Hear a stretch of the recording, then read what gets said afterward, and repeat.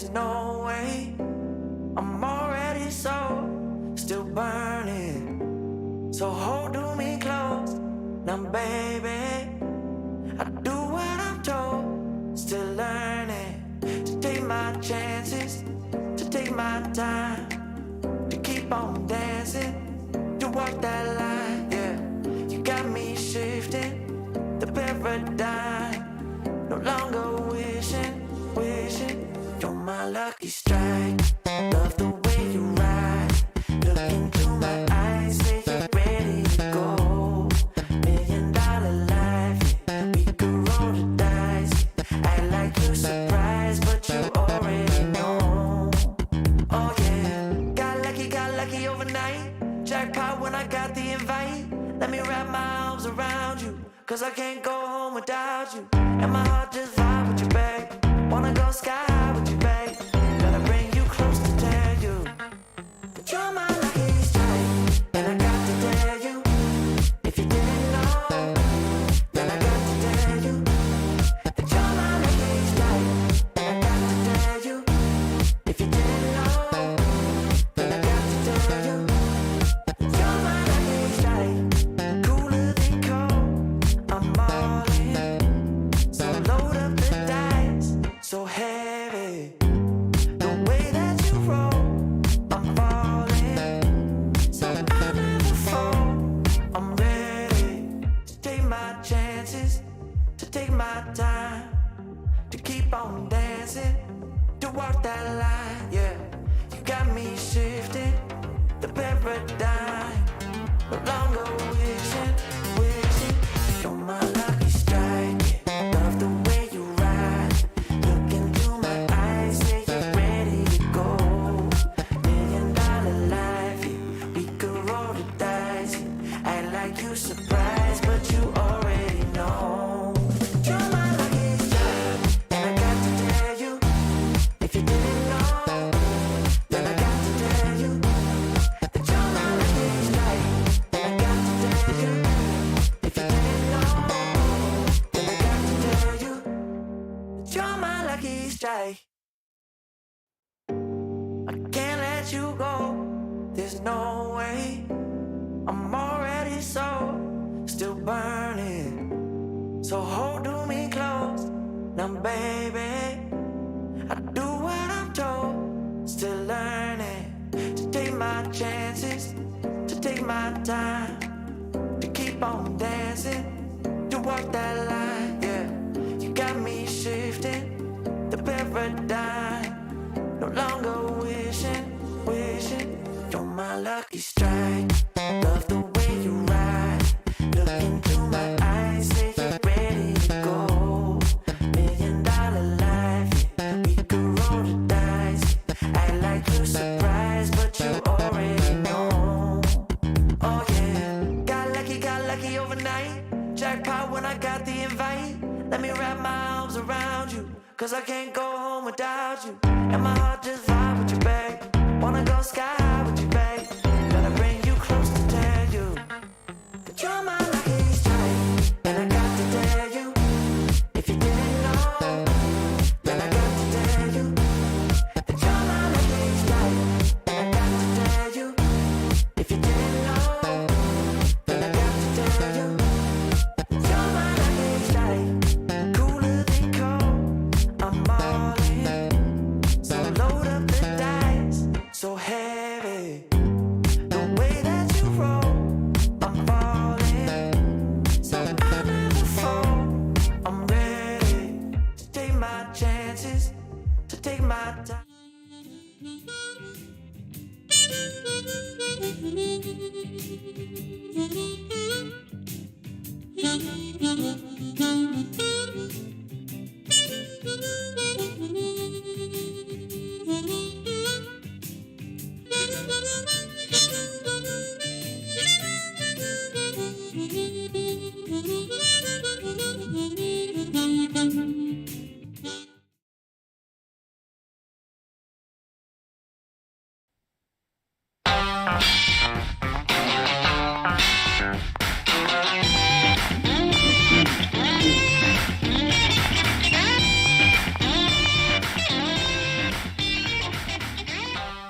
All right, folks, you know you're in for a treat when you hear that tune because it's time for another week of the Rec Poker Podcast. I have the best freaking job in the world. I get to hang out here every Monday night and talk to my friends about poker because that's what we do here at Rec Poker. For those of you who don't know, Rec Poker is a largely volunteer-based organization. Most of what we do here is free, so we have to thank our sponsors like the Running Aces Hotel, Racetrack, and Casino.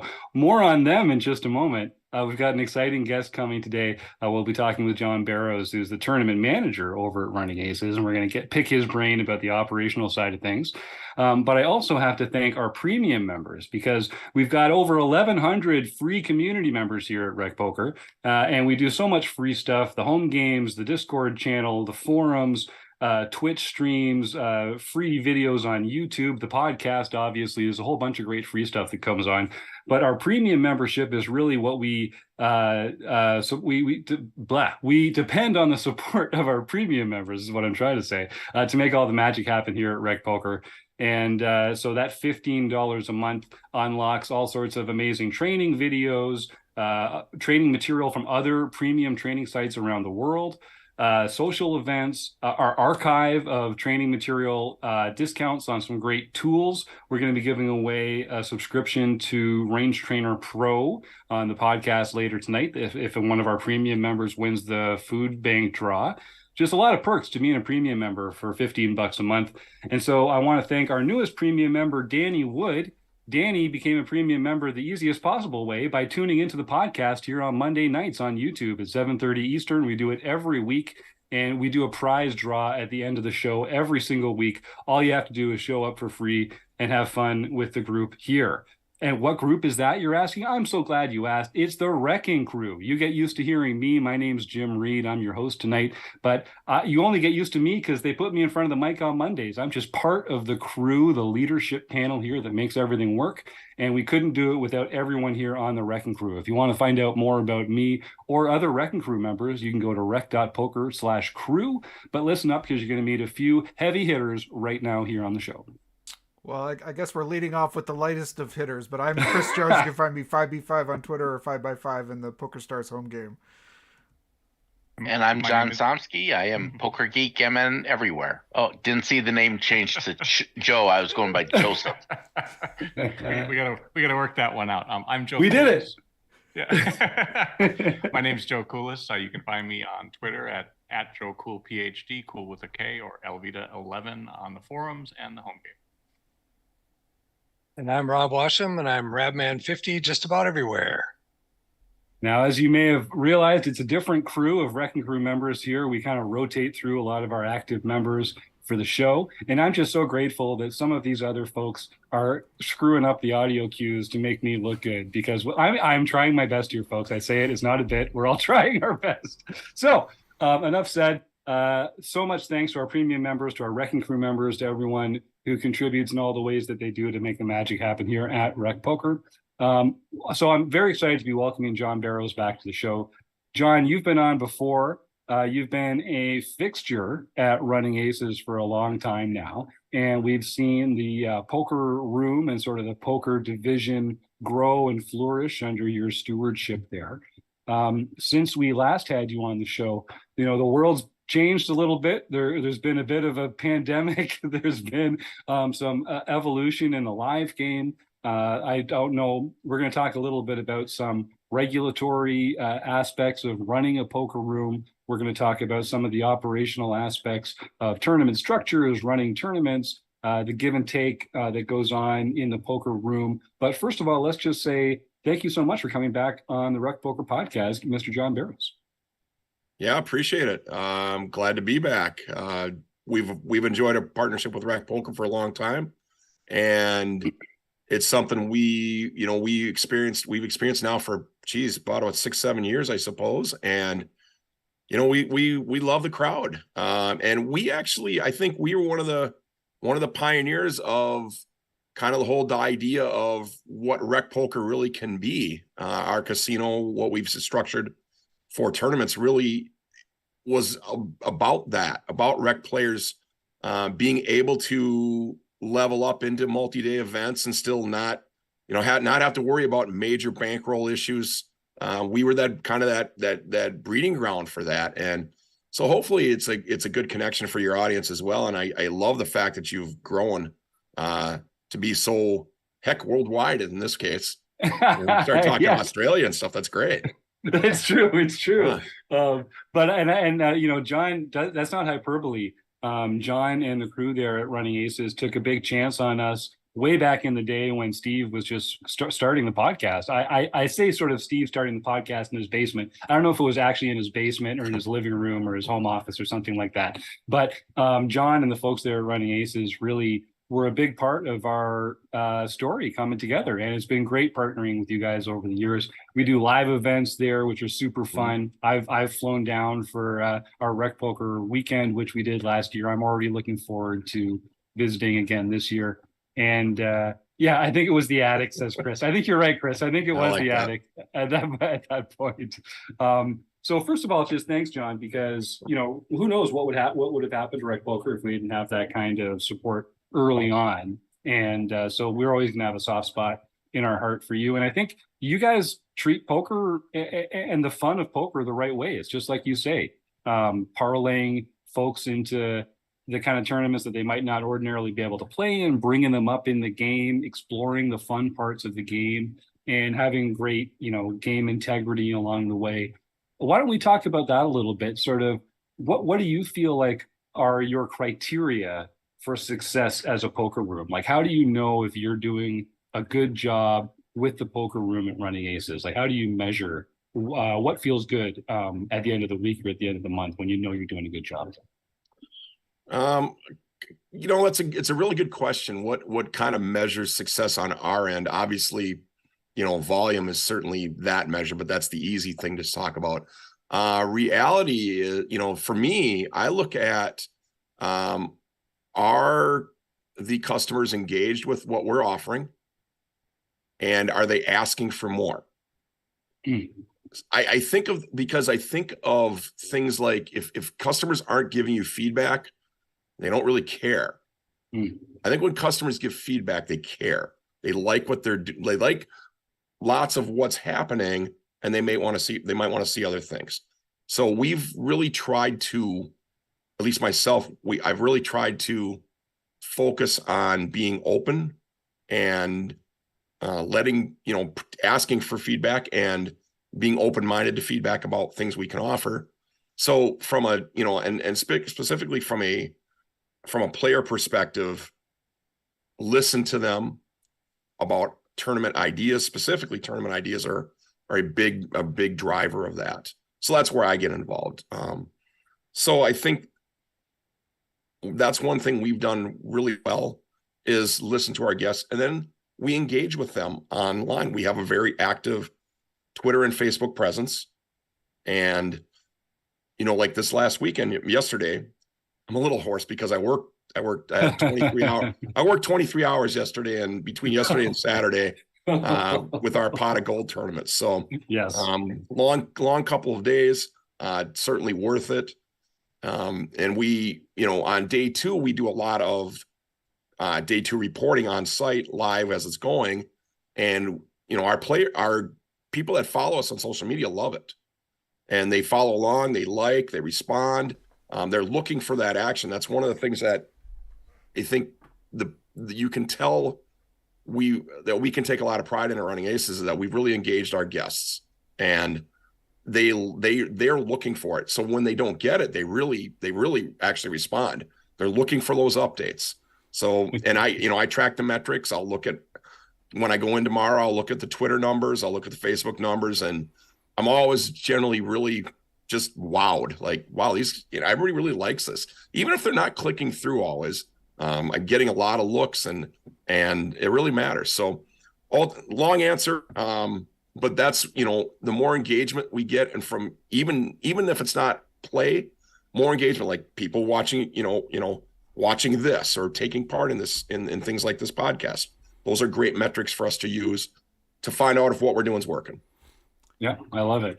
And I'll remind our listeners, if you've got any questions for John, you don't get many opportunities to speak to the professionals on that side of the desk in the poker industry. So if you're watching live in YouTube, feel free to type your questions in before we do our food bank draw at the end. And obviously anyone here on the panel, just unmute and I'll call on you to jump in. Chris, I see you have freed yourself Yeah, from the no, VPs. I was just gonna jump in, John, and just say the coverage this weekend was fantastic. So whoever is doing that, I don't know who's doing that for you, Sure. but I just thought it was. I mean, it's very rare for a poker. I mean, it's usually just kind of like here's a final table photo and somebody won, and like, but like you really got a sense of what's going on in the event and some back and forth. So it was fun to follow, and kudos to whoever's doing it, because it is if you're not able to be there but you're kind of curious and you know a lot of the players, it's really great to be a part of that and sort of have a sense of what's going on. So thanks for doing that. Yeah, of course. I'll give a shout out right now to one of the people at Running Aces, one of my tournament directors. His name is Dave Margulies. Dave is I don't know if some of you guys probably know Dave. Very active poker player, loves to play a lot of tournament poker, and he runs our Tuesday night tournament for us, and he also does all of our day two reporting for any main event, any multi-day event we've got. He does the day two reporting for, and he does just fantastic work. He stays on top of things. He's good at updating chip counts. He tries to provide as much live, quick, video content if he can. It's not always easy to get because sometimes things happen. We're not at the point where we want to start pausing players and saying, hey guys, wait, let us take a video. We want to catch it in live action, live moment. But he really does. He hustles. And you can tell the players, the people that, like you said, the people that are watching really do appreciate it. We get a lot of good feedback on it. And it's an expense for us to do this. And I can tell you, my boss he's been happy enough with it that he's said, just do it, make sure it happens. So he's okay with the cost, and because he knows it really drives results. So we'll keep spending that money, and it's definitely worth it to us, and it's definitely worth it to our guests. Yeah, well, it looks great. And if folks want to check out the recent coverage, the hashtag is #AcesPoker. Yep. And we'll also put the links in for Running Aces on Twitter and Facebook in the show notes here for the show. So if you're listening along, you should be able to just click on through.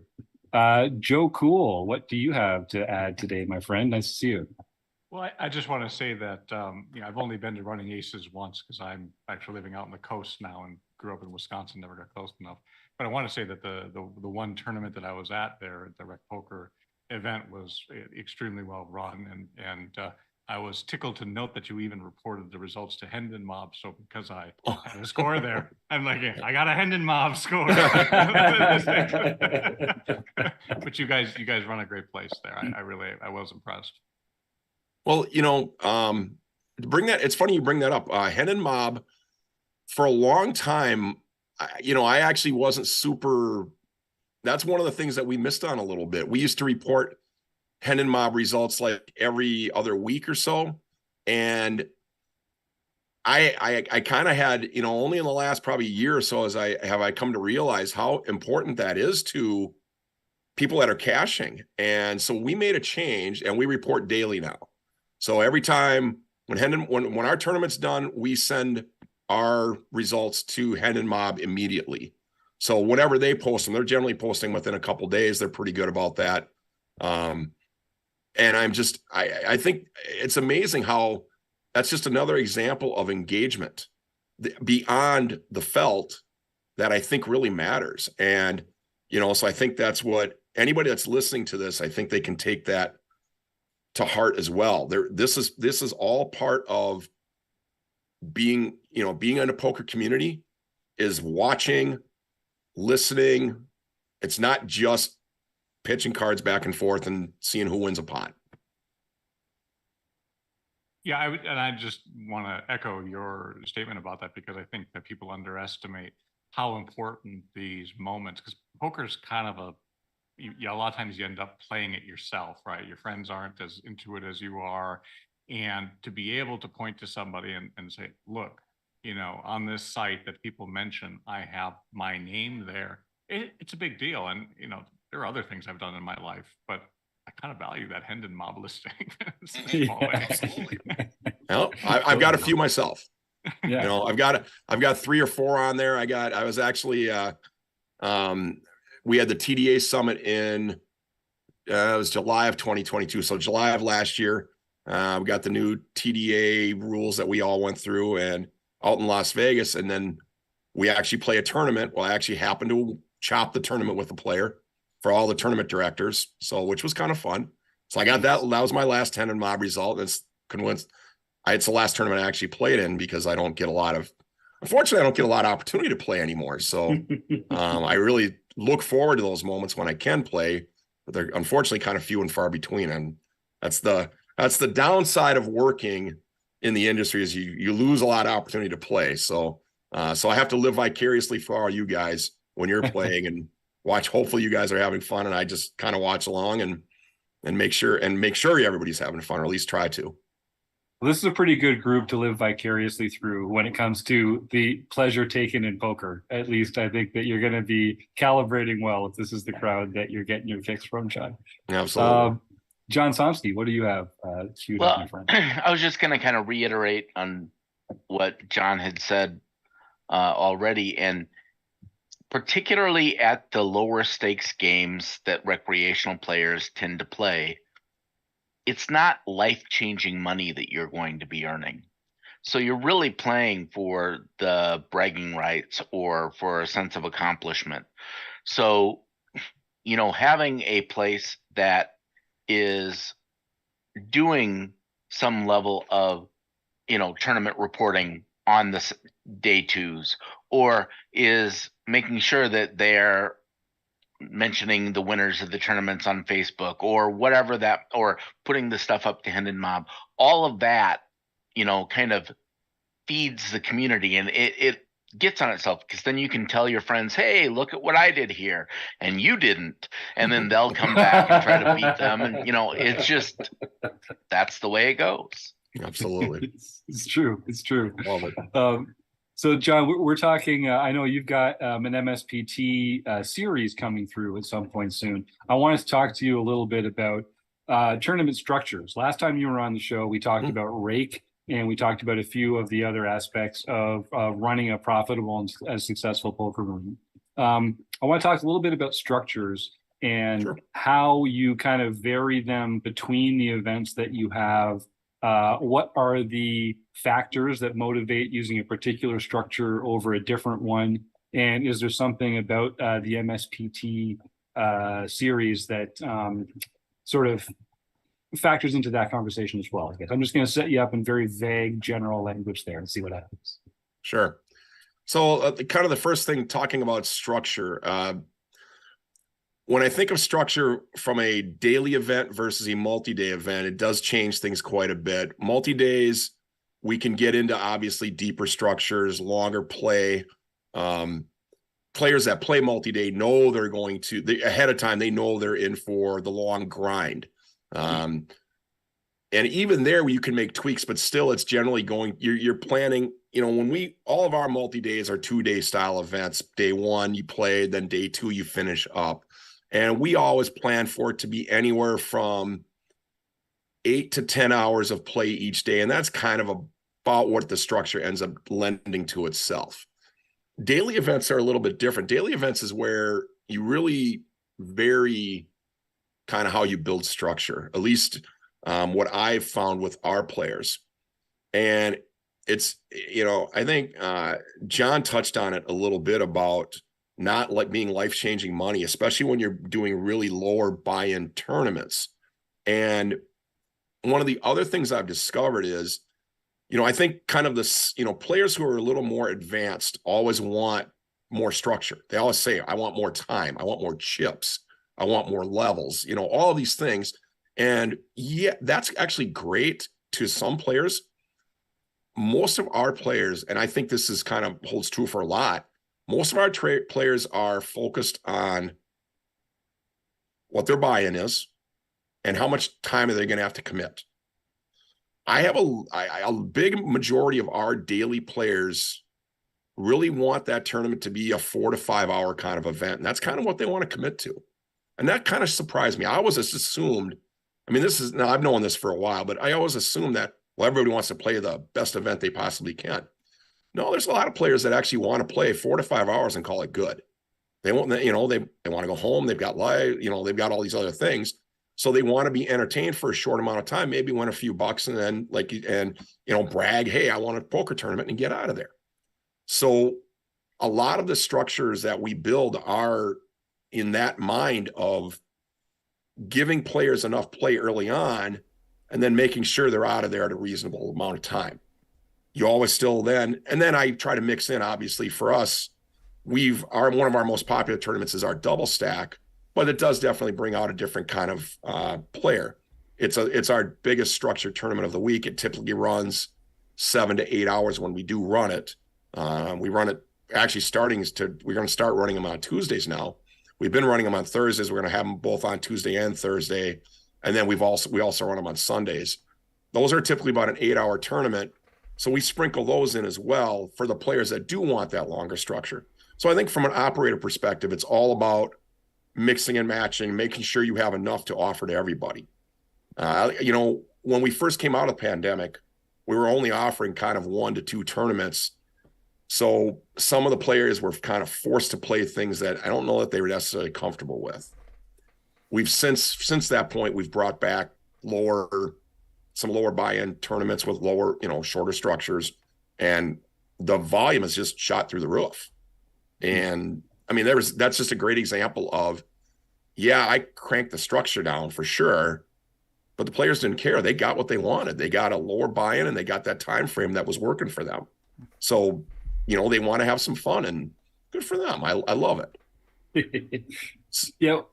When it comes to structures, and correct me if I'm wrong, there's basically the 3 things that you can change. You can change the starting stack, you can change the number of levels, like whether you include every level or skip levels of blinds, and then you can change the duration of the levels. And those are kind of like the big 3 that get into determining the length of the tournament. Is that roughly true?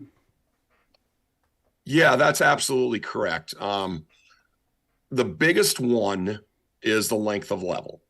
Mm-hmm. Far and away, if you want to plan on how long a tournament runs, length of level is going to really drive that. Chip stack actually doesn't have as much of an impact as you think. Chip stacks are a great way to drive some interest, but in the end, it's the length of level and then the amount of levels. So I've tried to keep chip stack a little bit less important. Most of our chip stacks they're all pretty much the same, but it is length of level, number of levels.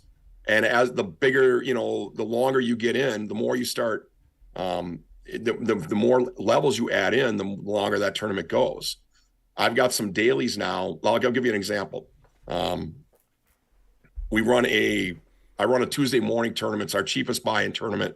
It's $75. It's the cheapest buy-in tournament in the state. And most of our tournaments, we've been pretty player friendly in terms of structure, and not even starting antes until level 6. This one we start antes on level 3, and we kind of crank it up pretty good. And that's a great example of where we could tweak and make it that 4 to 5 hour block and still make it work for everybody. So that's and so that's a great question, Jim, about the 3 factors to structuring a tournament. And then when I'm pushing for anything, it's always length of level, then the number of levels. Great. Yeah, and if I can jump in, actually, there is sort of, and this kind of relates to a thing that's been going on, I think, in the tournament world, especially at the higher stake level. Like the 4th thing that you could potentially adjust is the amount of time that players have to make a decision.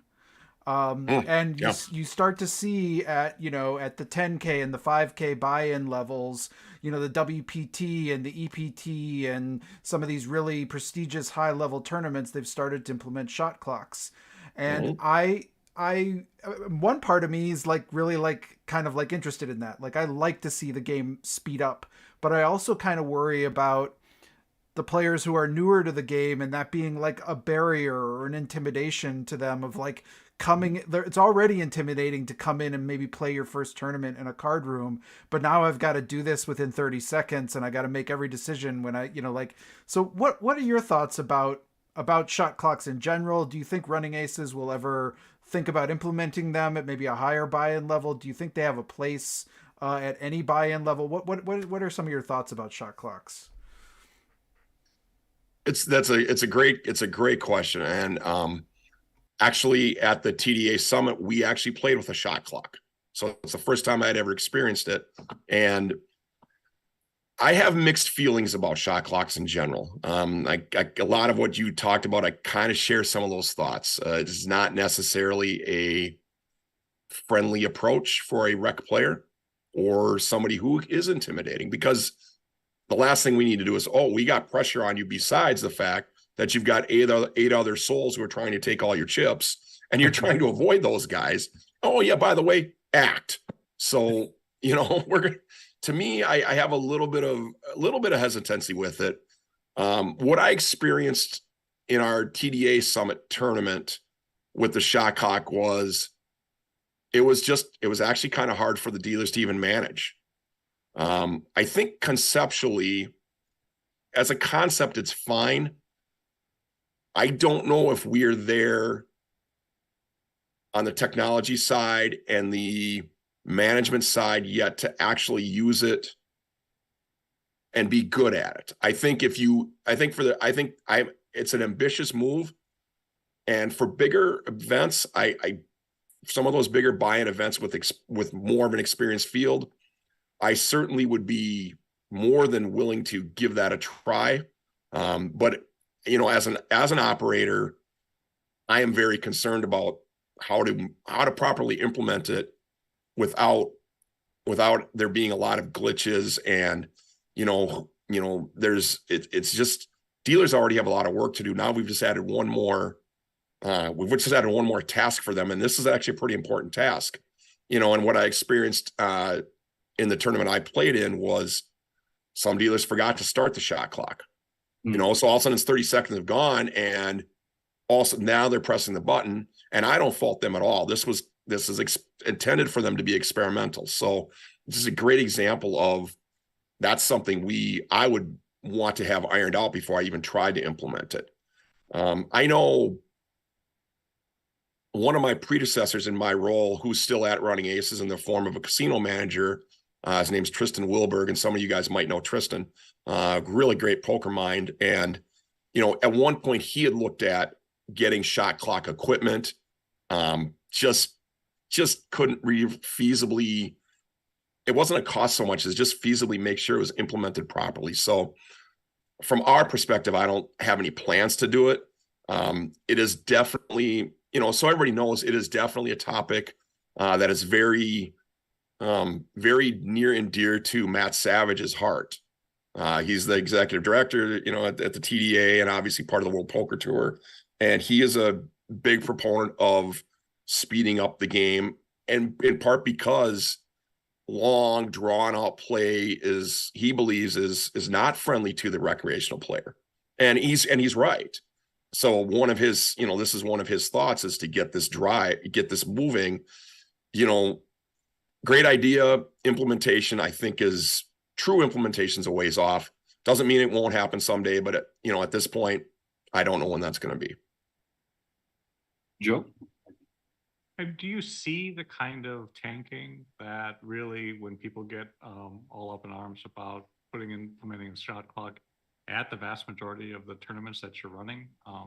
I don't really see it where I play that I would ever think to need to have a shot clock, and social pressure is usually enough to get people to play fast enough. But are you seeing that makes you think that it should be in place? I don't see a lot of that at all. Matter of fact, I see so little of it that's one reason I haven't really pushed for it, is because our players, even rec players for the most part, they just, they play at a pretty reasonable pace. I've had a few incidents where I'll have a player who simply just does not move in an appropriate manner for anything. Doesn't matter whether it's he can be under the gun, first to act, on one of the first levels, and he just takes 45 seconds to look at his cards. To me, those are isolated incidents. A good tournament director deals with that and gets those players moving.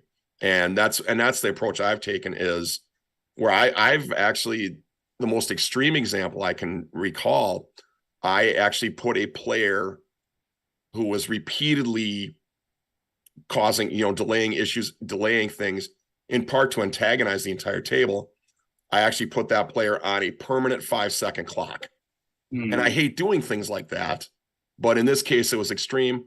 And it was, every time you get cards, you've got 5 seconds.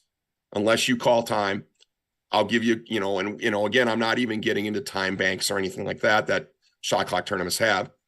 Those are rare examples. I think a tournament director has to manage that as it comes up. So, Joe, I think to your point, I'm not seeing a lot of it. I think when tournament directors do see it, if they're doing the right thing and manage it individually on an individual basis, to me, that should be good enough. And I think it really is the outliers, the bad actors that are trying to be dicks about it that we really have to protect against. Like, I think most people, the rule isn't there for people that are just genuinely unsure or need more time. I think it's the people that are intentionally stalling and dragging out the game. So you need a mechanism for the dealers and for the floor to be able to legitimately say, hey, you're working outside the system. This isn't the spirit of the rule. Pick it up, bud. And so how much autonomy do like dealers have in that kind of a situation? Or is it always, let's get a floor person over here to make a ruling about when it's appropriate to kind of hurry some people along? So I can't speak for other houses, although I'm guessing this is pretty common across the board. At Running Aces, any request for a clock from a player is an automatic floor call. Yeah. And so the process for us is, I'm going to get called over, and my dealer will, the first question I will ask, depending on the game. So if it's tournament, it's not quite as important, because in tournaments, anybody that was dealt a hand is eligible to call a clock. Like, for example, in our cash games, the only people that are eligible to call a clock are people that currently have active hands. If you don't have an active hand, that's tough. That's the way it is. And just for our listeners at home, if you're in a tournament, there's an incentive to just move the hand along. Blinds are going up. Everyone at the table is affected by the rate at which the hands are played. In a cash game, you're kind of just wait until the next hand. The next hand is going to be the same no matter when it starts. So that's why that rule basically exists. Yeah, absolutely. And so tournaments are a little bit different. So the first question I always ask my dealer is A, who called the clock? B, has the player had sufficient time to act? What the definition of sufficient time is kind of hard to tell. Again, sometimes, like in these big main events, they're playing for thousands of dollars, and what is sufficient time? 30 seconds? Is it a minute? Is it 5 minutes? Rarely do I have a dealer, when a clock is called, have I had a dealer say, no, they have not had sufficient time. It's happened. I've had a couple times where I've come over, I asked the two questions, and the dealer simply responded, said, nope, they've only had about a minute. Okay. And then at that point, I'll make the determination whether a minute's enough or not. Is it a player that has had clock called on them before? Things like that. So all of the information comes into play, but most of the time that the response from my dealer is, yes, they've had sufficient time. Boom, we're into the 30-second countdown. Yep. And so if you're listening at home, you get a sense of how important it is as a player at the table to sort of be paying attention to this kind of thing. I guess, John, let me ask you, do we want the players to be like policing this themselves, or is it really a question? Because ultimately the dealer's not going to call clock, right? Like it falls to another player at the table to call the clock. Is that right? 100%. Players have paid for the time. How they use it is kind of their business as far as we're concerned. So it is the responsibility of the player to in this case, move the game along. However, again, once they've notified us, then that's when we take over. So all they have to do is notify us. And that's what the point of calling the clock is for. That's their notification. A dealer, if I have a player that is repeatedly stalling, dealers will notify me. And that's when we can start putting permanent clocks on players. Again, even with that, though, I'm hesitant. One of the experiences I've had is if I've had to put somebody on a permanent 30-second clock, guess what they do? They take 30 seconds every time. Right. So we got to be, I'm careful about doing things like that too. I would rather, if I get somebody that, for me personally, if I get somebody that's continuing to abuse the clock, I'll let them play their hand. Then I'm going to give them a penalty of hands or multiple hands, whatever it takes. So I would rather just do that rather than putting somebody on a permanent clock. In part because I don't want to babysit people. And I've got tournaments, I've got anywhere from 50 to 100 players to manage at any given point, all my dealers.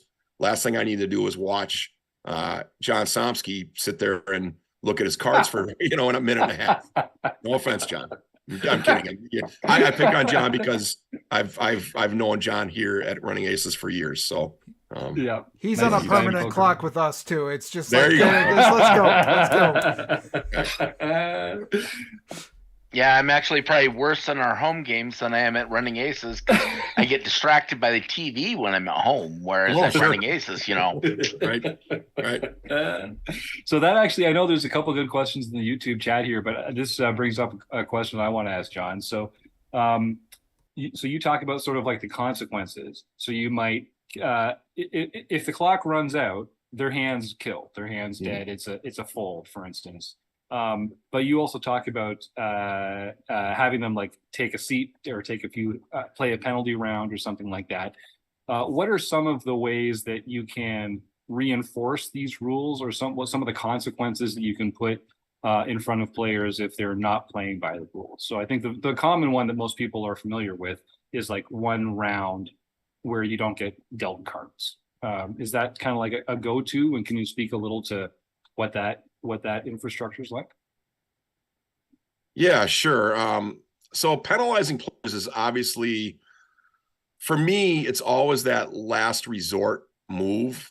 I reserve those kind of things for egregious moves or obviously outside of the realm kind of things like swearing or threatening or things like that. Obviously those are going to get significant penalties. But when it comes to like actual play style penalties, I'm pretty hesitant to do it without a serious conversation short of something egregious. This weekend is a great example. I had to issue one. I didn't have to, but I did issue one penalty, a 3-hand penalty. So relatively small penalty to a player who showed their cards to another player with a live hand. Obviously caused a lot of consternation at the table. He didn't realize that, he should have realized that other players were still active. He just was not really thinking about it. I issued him the penalty and he handled it fine. He totally understood. He apologized. But because of this is a pretty egregious act in a pretty significant tournament, at that point, I felt the penalty was necessary. And a lot of times when you do things like that, you get the table on notice too. So, it's once you start doing things like that, most players know you're serious because of things like that. And you don't really get you get many issues after that point, excuse me.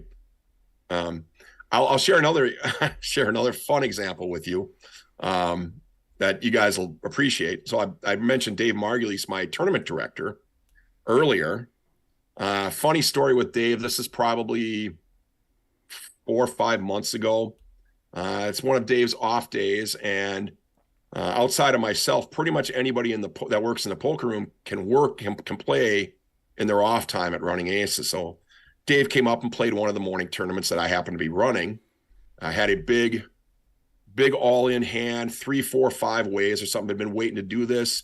And Dave's got pocket aces. He stands up, spikes his cards on the table, has some fun with it. He's yelling. They're all having fun. Well, Dave, because he spiked his cards, and cards are plastic. This can happen. It's really weird, but one of the corners broke off. This is somebody I consider a friend. It's one of my tournament directors and somebody I value greatly at running aces. And when the hand was over, I issued him a penalty. Dave, you broke one of my cards. I did. I gave him a penalty on the spot, and in part because I would give that to anybody. Yeah. And it's important for the players to know that there are things that are crossing the line, regardless, whether you like it or not. And I know it wasn't done maliciously. He just did it, and it just was bad luck on his part. In this case, everybody kind of got a chuckle out of it. Dave got a chuckle out of it, and then I switched the card out. It's good. It's one of those things that I learned many years ago in a previous life. I was a supply chain manager with a very large retailer. If you are from Minnesota, you can probably figure out which one. There's only a couple of them. We used to get feedback from our employees all the time, and we always had one question on there about dealing with problem employees, and we were always 50-50 on responses. We always just assumed it was because, well, we're dealing with problem employees too hard. And then we'd go out and ask the people themselves, and they'd say, no, you're not dealing with them enough. And it's amazing. And it's the same thing in poker. Tournament directors, floors, whoever's in a leadership role, most of the other players appreciate when you deal with a problem on the spot, even if it's something small. And so I think for the rec players, especially, to kind of help them with that intimidation factor, getting penalties out there for players who are doing stupid stuff or, things like that, that's okay. I know if I've got a player who I can tell is green, we don't penalize them. We coach them. We try to coach them about, things you're doing. Hey, I know you want to act. A lot of guys act out of turn because they're just, I'm ready to go. Hey, whoa, look at that. I got this. I want to play. Never going to penalize a guy for doing that. I want them to have fun. And, I think that's the balance between knowing what a player's doing and understanding their situation and trying to empathize with them a little bit versus, just constantly laying down a hammer. And, hopefully I think most operators are the same way. And I think the players really do respect and appreciate when you're clear with that and consistent, and when you're applying it to your friends as well as to the ne'er-do-wells. I think and the people that are good players and good members of your room, they're gonna understand why you're laying it on them as well, because you kind of have to set these good examples, right? Absolutely. Yep. And people, I do think people respect that. Absolutely. So one thing, if folks, because I know some of our listeners may be playing home games or online, they don't have a lot of experience playing in an actual card room. Could being on a 1-round penalty, could that ever benefit someone if they were near a bubble or something, and they were just are they still having to put in antes and blinds as the action goes past them? Is it just you go take a bathroom break for 3 hands or something? What if people don't know sort of what exactly does that mean? They just sit there, they don't get cards, they can't play. But what happens if they would otherwise have to put chips in? Are they committed to doing that anyway with no cards, or what happens in that situation? So when we issue a penalty in tournament poker, I have them get up from the table. I tell them why I'm issuing them the penalty. I tell them when they are eligible to play again, where the button position will be. So I tell them when the button is in this spot is when you're eligible to play again, and then they must vacate the table area. So, and what is vacating table area? In my definition, that means far enough away that you could not observe the action or talk to players. So if that means go to the bathroom or go to the bar, whatever you got to do, that's my expectation. The player is still dealt in. Per TDA, all hands anybody with a live stack is dealt a hand regardless of their situation, whether they're at the table, whether they're not at the table. And then any blinds that they get they're still responsible to pay. So if they're not at the table, the dealer is authorized to take the chips as necessary, or most of the time the player will just grab them for them and we'll put the blinds out. And that's, yeah. So in the case of the penalty that I had to issue on, was it Saturday? I think it was Saturday. On Saturday, even though it was only a 3-hand penalty, and I'll admit, I don't take any consideration about position into consideration at all. So if they're getting penalized, I don't even look at where the spot is until I tell them what the penalty is. Then I look at the spot and said, this is when you can come back in. In this case, it was only a 3-hand penalty. The previous hand he had played, he was under the gun. So he missed his big blind, his small blind, and his button. Obviously, pretty important positions in tournament poker. So, while it was only a 3-hand penalty, it's about the most impactful 3-hand penalty a guy could have. Mm-hmm. And again, he handled it fine. He understood, apologized, and no issues after that. But and it was early enough in the tournament that it obviously didn't make much of a difference. Mm-hmm. Yeah. Okay. That's really good. I appreciate that. Joe. So, I'm a psychologist, and one of the things that I know is that if you mix stress, alcohol, and money together, you're going to get some unusual behaviors on the part of individuals. And in the same way that there's a certain question that you always ask an ER doc about the weirdest thing that they've seen, and I won't get into that here. What's the weirdest thing you've seen out of the people playing cards in running aces? Stress, alcohol, and money. Is there any of that goes on at a casino? Wow. Okay. There's the one that will always stick in my mind. And this is many, many years ago, during an MSPT event, and I was actually dealing at the time. And I'm on a different table, and I'm actually in it's a qualifier, and I'm just dealing my game. And I hear another tournament director talking to a player, and this player starts yelling, and he had been drinking. And, the tournament director actually got to the point where he had to, evict him. So, you're out of the tournament, you're out of the building. Player starts throwing his chips across the room. I had chips go right by my head. Other players that were all ducking, and what is going on here? And if you're ever up to running aces, you ever talk to Chris Lucas, who's one of my tournament directors, he was the tournament director in question. You can ask him about that, and he can tell you all about it. But when you're sitting there dealing cards and, life's all good, blah, blah, blah, and all of a sudden a chip goes flying by your head and you're like, what in God's name was that? And then you realize the guy's throwing more chips, and now everybody's ducking. That's pretty interesting. That was one of the weirdest things I've ever seen. So, yep, I'll never forget that one. That's pretty priceless. Just I remember that one. There was that one famous Australian tournament. I'm glad I was not, or you were not, the tournament director for that one, where the guy got so angry he flipped up the table and all the chips went. It was like a final table and all the chips, and nobody knew whose chips were whose. And oh my god. Oh yeah. So you've never had that happen, though. I've never had that happen, and I hope I don't have that happen.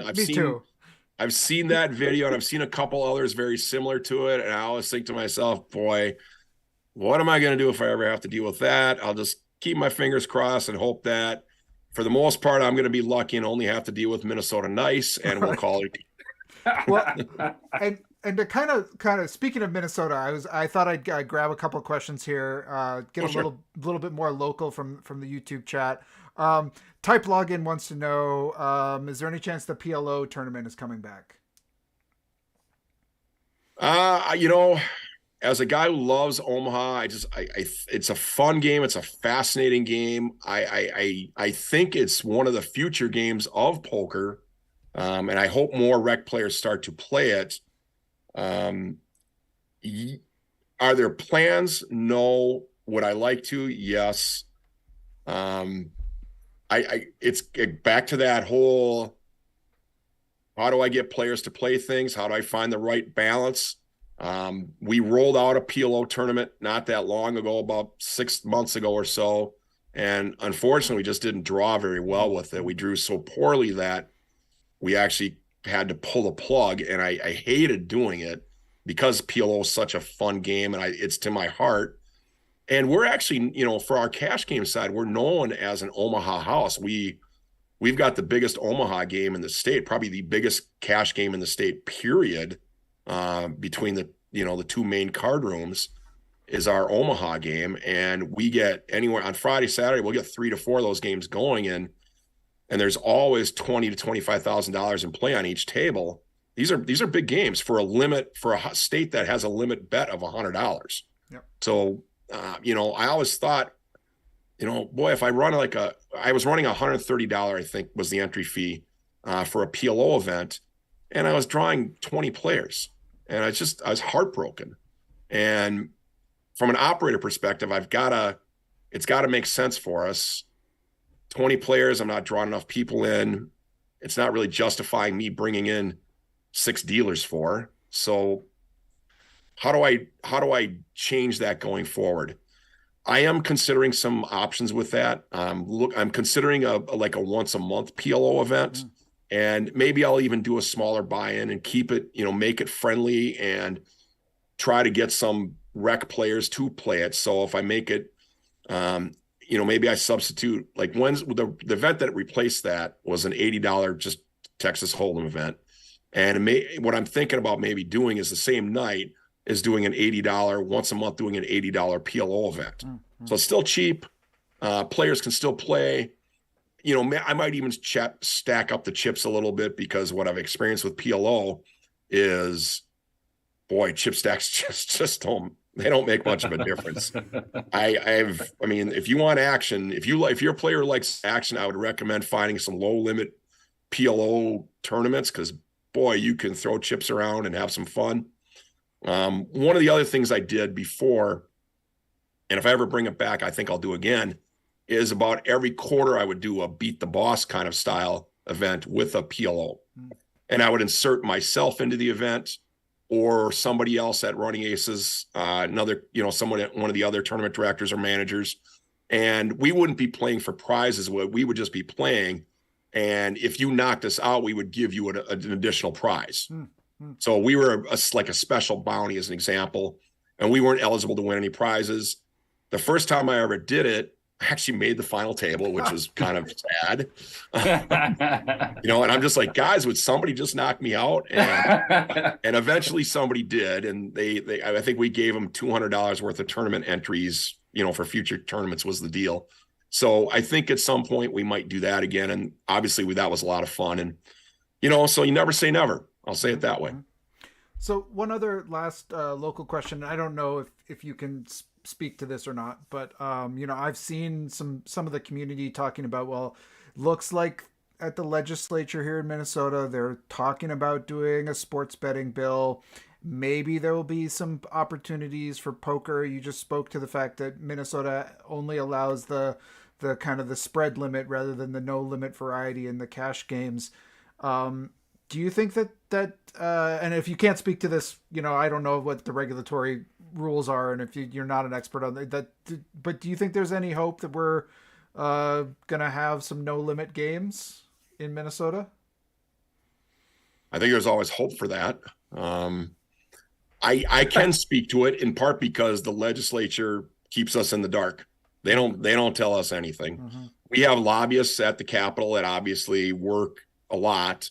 I know there's been a lot of the big thing in the news is sports betting, and where that's at right now. It's right now what they're proposing doesn't include us. And I'm sure our lobbyists are working to get other things, and that could be bigger limits. So, and it's been, geez, at least a dozen or 10 years, maybe 11 years since our last limit increase. So I would say at this point, we're probably maybe looking at something like that, but I don't have any specifics. So it's pure conjecture on my part at this point. So we're entering the lightning round portion of the interview. We're getting on to the end here, John. I really appreciate your time. But we've got some members that, they don't get access to someone like you very often. So they're typing some questions in here. Okay. So I want to get one in from Charles Allen. Going back to the penalties idea. So what is the gradient for penalties? Is it entirely subjective, or is there sort of like a precedent for this kind of behavior gets this kind of penalties? Just speak to that a little bit in 30 words or less. Sure. Basically so when it's just poker specifically related, penalties are pretty low level. 3 hands, 1 orbits, typically first level penalty kind of thing. Things that are egregious, verbal abuse, throwing things, anything like that is going to be escalated immediately. I've had to kick people out right away. So before they even get a penalty. So it does happen. You can obviously imagine the kind of thing that might drive something like that. Like a guy flipping a table over as an example. Right. Probably going to be out of the tournament. Yeah, that makes sense. So Joseph Foss is typing in here and wants to let you know that he's a big fan of the Beat the Boss tournament. Okay. And also there's some suggestions here also from Evil Roy Slade about maybe doing like a no limit PLO mix, or having like a once a month mixed game tournament or something like that to kind of spice things up and get people more involved in that side of it. I'm not sure it's a question so much as Sure. a recommendation. Yeah, I mean, we actually were running a crazy pineapple tournament for a little bit too, and I'm not opposed to anything like that. If I can drive some interest, if I've got 50, 60 players that want to come out for it, heck yeah, let's spread it. Personally, I'm a big fan of games like Raz. I would play Raz all day. So there's a great example. I mean, I'm sure there's people out there that like it just like I do. Maybe we've got some options there. That's easier said than done. I wish it was that simple. I've got to be able to show that I'm going to get the people for it. So that's always my roadblock. But if I can work something out, like I said, my wheels are always spinning. Nice. Well, I'd encourage if you're listening to this and you want to try out some of our mixed games, Joseph makes a great point in the chat here that John Somsky runs our home game club here, and we do a different mixed game theme every month. So every month throughout the year, we'll be focusing on a different mixed game. We've got tutorials on how to play. We've got some practice games set up throughout the week or throughout the month, and then we have our monthly Player of the Year mixed game feature as well. So it is. I'm with you, John. I feel like it is the future of poker. The mixed game players, they're always having more fun. They're having a better time at the table. There's no debate. They do. They're action games. They move fast. I think it's just great. It's a great reminder for all of us that what makes poker cool. It's fun. It's a fun thing to do. It's fun to play. It's fun to splash chips around, make wagers. Nobody wants to sit there and sit for an hour and a half waiting for 2 cards that look really good. I mean, that's what you end up thinking about. So it's always fun to try different things. And yeah. Nice. Well, normally we do a little segment talking about some upcoming events at Running Aces as part of our show here. Okay. And we let people start typing the words food bank into the chat. So I'm just going to use you being here to do that a little bit. So first, I'm just going to say that if you're listening to this, it might surprise you, but someone might be suffering from food insecurity. Food insecurity is something that affects a lot of people in your own neighborhoods, I promise. The people that you might not expect need some help every once in a while. And so the best way to turn a great ROI on your own donation is to support your local food bank. So whether that's with your time, some non-perishable food items, or by writing them a check every once in a while, your local food bank is a great way to impact people in need in your community. So every week we do a draw here. If you're already a RecPoker Premium member and we call your name, you're going to win a month of Range Trainer Pro. If you are not yet a RecPoker Premium member, what are you doing? Why not? Have we mentioned that it's only $15 a month? Oh my God. But if you are not yet, you'll win a free month of RecPoker Premium membership here as well. So while people are taking some time to type the words food bank into the chat, John, can you tell us a little bit about what's coming up with MSPT? I know that's a big series. Everyone always has a great time at the MSPT stops.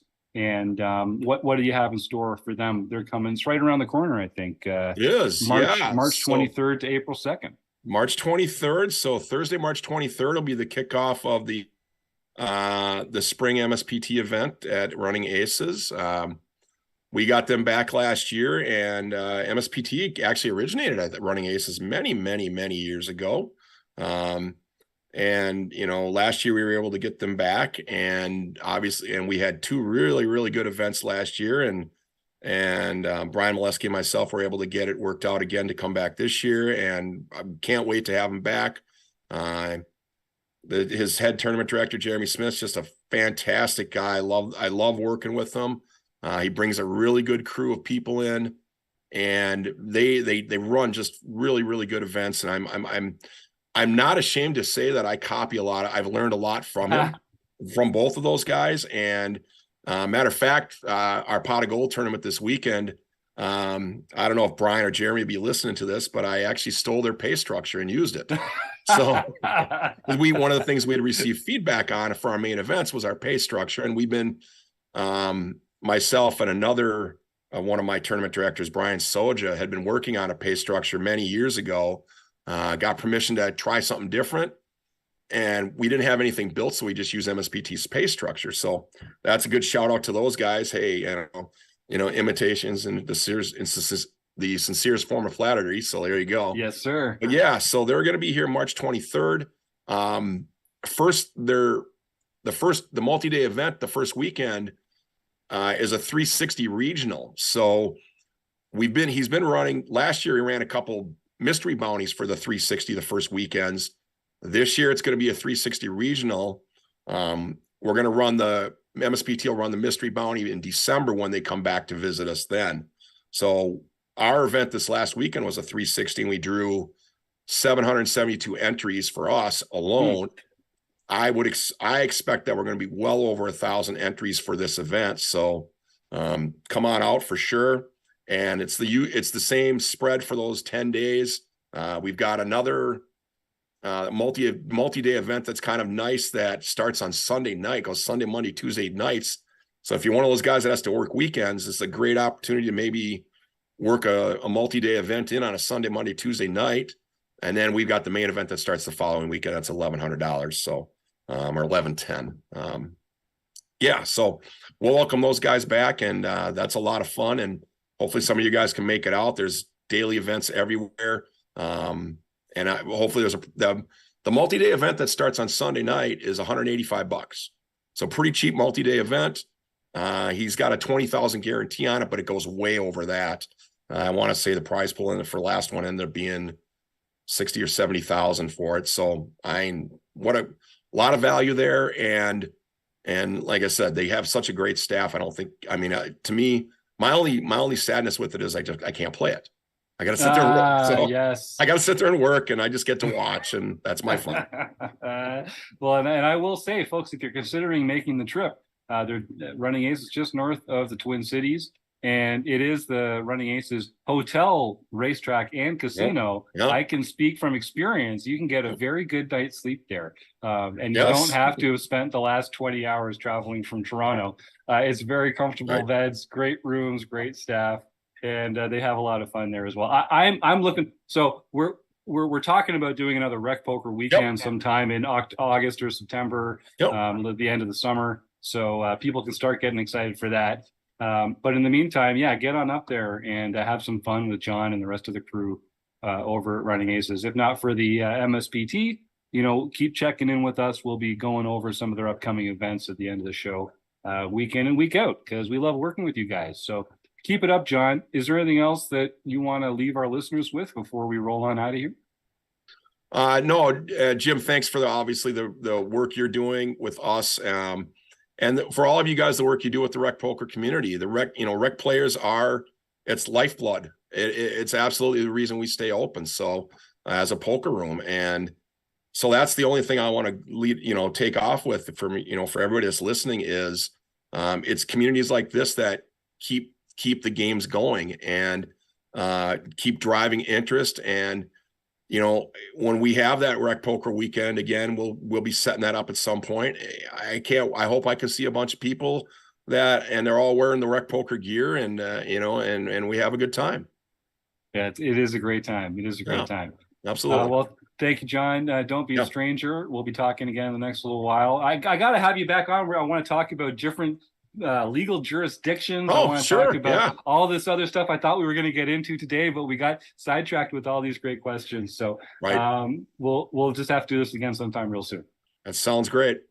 All right, John. Have a great night. Thanks again. Take care, guys. Thank you all. All right. Well, we've had a few people entering the words food bank into the chat.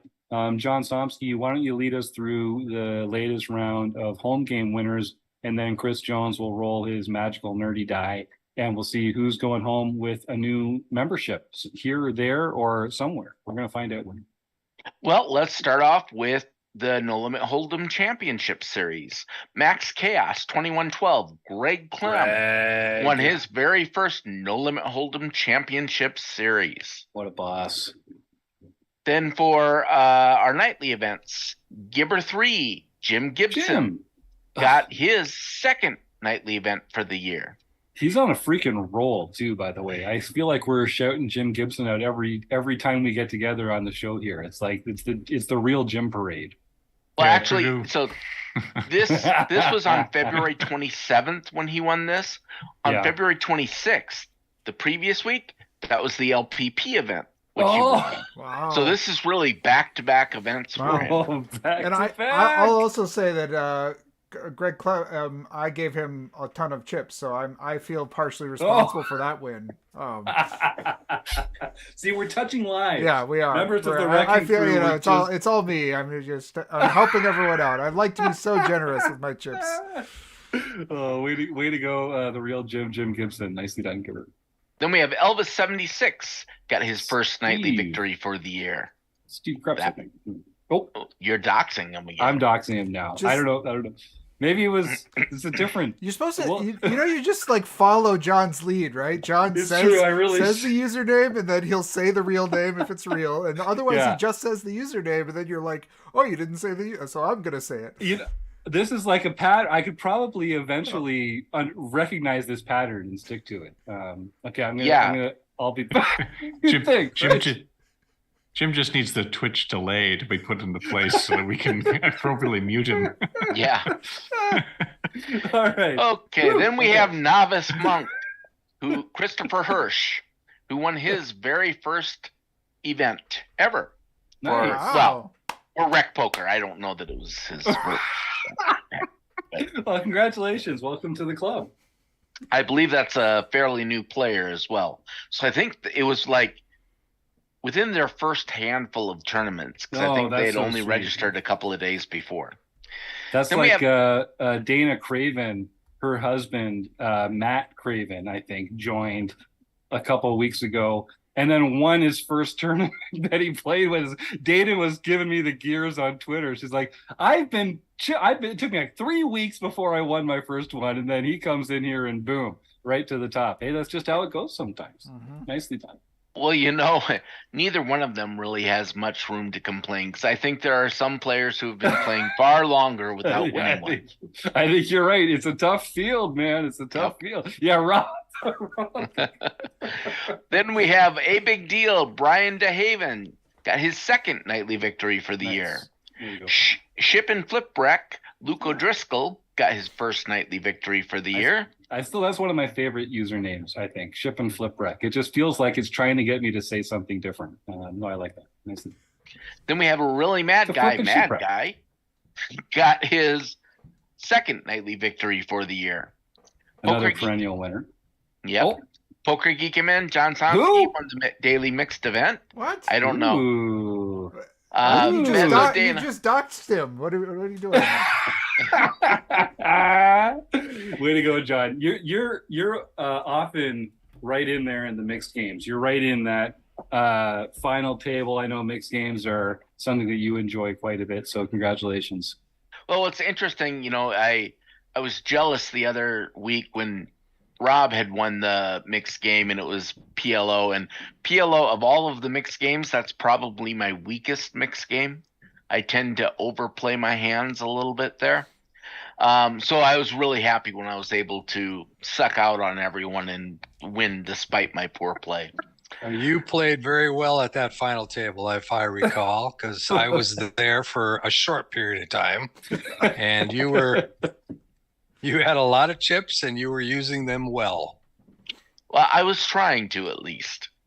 And then, speak of the devil, Dana Craven got her first international victory for the year. There we go. Nice. And John Lutzy got his first international victory for the year. And type login Joseph Voss won the LPP event. So he can contact Jim at rec.poker for his free month at Learn Pro Poker. Oh, congratulations, Joseph. I love it when our active members, like Joseph's been a great friend in the YouTube chat here for a long time. Great to see him winning. And on Sunday night is probably the best night to win other than the first or second Wednesday of the month. That he says, I see him typing in the chat. He says the laptop battery was about to die, so I started jamming all in on the final table. He had also just cashed in that pot of gold at Running Aces that same day. Oh, Because wow. we had the same day. Wow.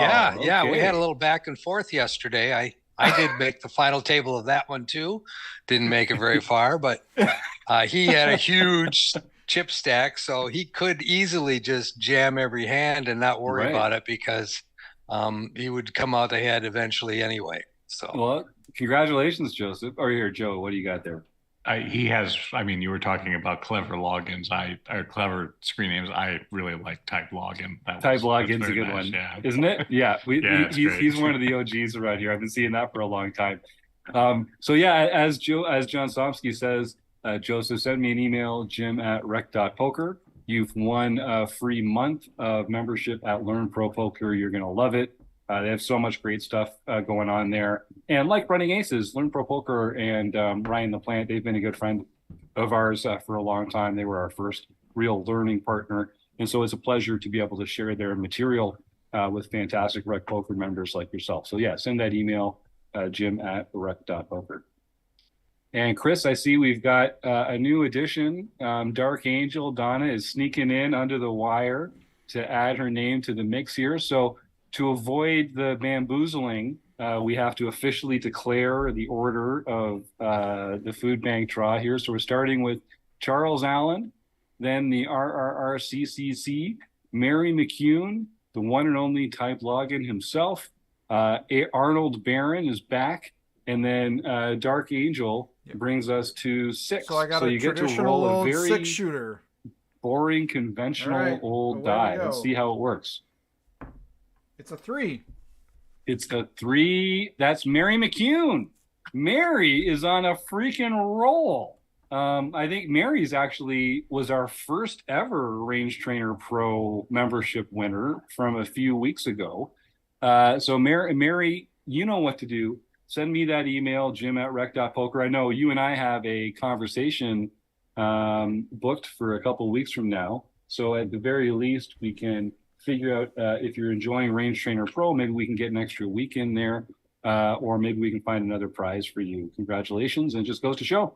Swing on by the Rec Poker Podcast, 7:30 Eastern on Mondays. You get a chance to win a prize for free at the end, and you never know. Yeah, we got Joe Rafter in the group as well. Hey, Joe, good to see you, man. We got a couple of these overseas members, Joe and Donna, jumping in, which we love to see. I hope you guys are. Joe and doing well. Mary are pretty regulars in the book study also. Yep, there you go. Well, it goes to show these people, they get involved, and then we see results. So God bless. It's great when winners start winning. Given that Taylor isn't here, we should remind everyone that they can stay tuned on Thursday nights for Marek Madness. We had, 5x5 doing an incredible bracket buster, and 16th seed beat the first seed there. So, rigged.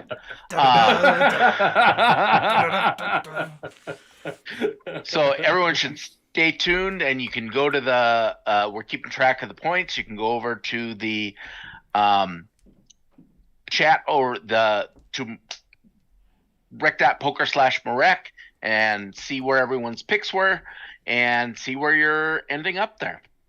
Yeah, and we've got an amazing commentary duo. Our own Jim Reid will be joined by none other than Veronica Brill for the commentary this week on Thursday. So that'll be really fun. We've got some great matchups, so come tune in for that. And we're going to have, it sounds like we're going to have a special guest, awesome commentator pretty much every week. So this is going to be a fun March.